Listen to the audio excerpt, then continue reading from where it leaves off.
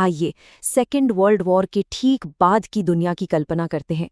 एक ऐसी दुनिया जहां सिर्फ एक देश के पास सबसे डिस्ट्रक्टिव अल्टीमेट पावर थी। हवा में एक अजीब सा टेंशन था और ग्लोबल पावर का बैलेंस पूरी तरह से एक ही तरफ झुका हुआ था। आज के इस डीप डाइव विश्लेषण में हम उस दौर के टेंस माहौल में चलेंगे और देखेंगे कि कैसे सोवियत यूनियन ने इस पूरे गेम के रूल्स ही बदल दिए। ओके, तो चलिए सीधे इस मुद्दे पर आते हैं। एक बड़ा सवाल सामने है।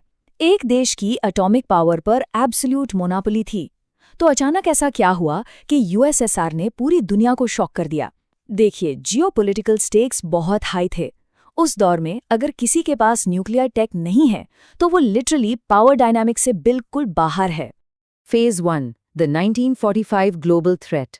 1945 के बाद सोवियत लीडरशिप को एक बात बिल्कुल क्लियर हो गई थी कि एटॉमिक टेक्नोलॉजी के बिना उनका वजूद खतरे में है। ये कोई छोटा-मोटा पॉलिटिकल इश्यू नहीं था, ये एक देश के सर्वाइवल का सवाल था।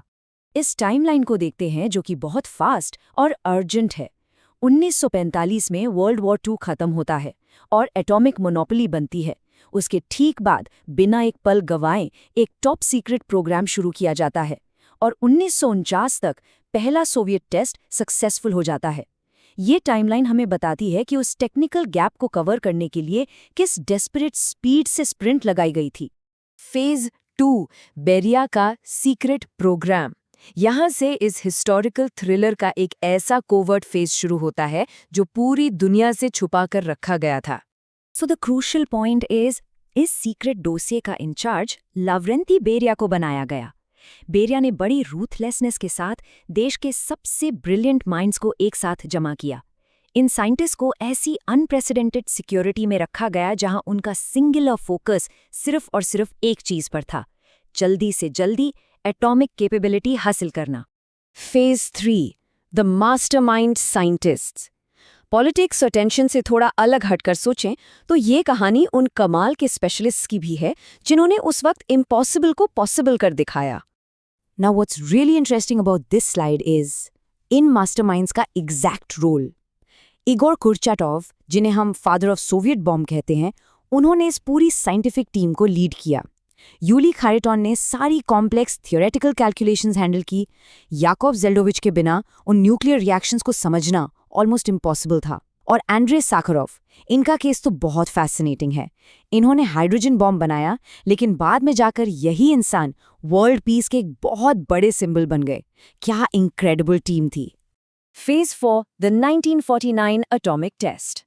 सालों की उस थका देने वाली मेहनत के बाद अब हम आते हैं इस साइंटिफिक रेस के क्लाइमैक्स पर। ये वो पल था जिसके लिए ये सारा सीक्रेट मिशन डिजाइन किया गया था।